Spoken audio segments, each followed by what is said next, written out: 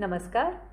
आपल्या लाडक्या बाप्पासाठी संस्कृतचा आधार घेऊन एक श्लोक लिहायचा प्रयत्न केलाय. सुरुवातीला आपल्या परिचयाचा श्लोक आहे. ऐका तर, भूलचूक माफ असावी.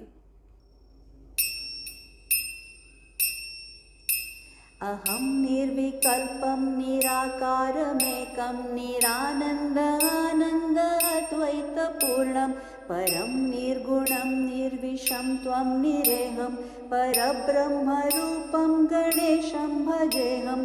मूलाधारचक्रं प्रतीकं स्वरूपं जीवाचेतना प्रकृतितस्वभावात् बहुशोभनं गौरीसुतः गणेशं शरीरं मलं पृथ्वीरूपं प्रतीकं गजमस्तिष्कम् ऊर्जाज्ञानं प्रचण्डम् अहिंसा परं धर्मो धर्मस्वभावात्. नेत्रं लघुवृत्ति अस्ति दूरदृष्टि शोषयति ज्ञानं बृहत्कर्णपटलं. लम्बोदरस्ति अनन्तं प्रतीकं लघुमूषकं काम इच्छा विनीयं.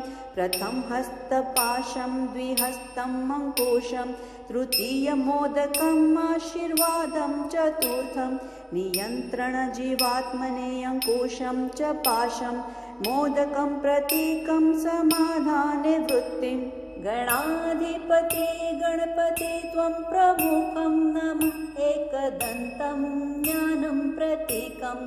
रिद्धिसिद्धि च द्वे अस्ति भार्ये गणेशे आध्यात्मभौतिकद्विशक्ति समृद्धं. त्रिनेत्रधारणम् अज्ञचक्रप्रतीकं चिदानन्दरूपं शिवोऽहं शिवोऽहं चिदानन्दरूपं शिवोऽहं शिवोऽहं चिदानन्दरूपं शिवोऽहं शिवोऽहम्. ॐ गणेशाय नमः. गणपती बाप्पा मोरया. धन्यवाद. मी डॉ. नम्रता कुलकर्णी आया.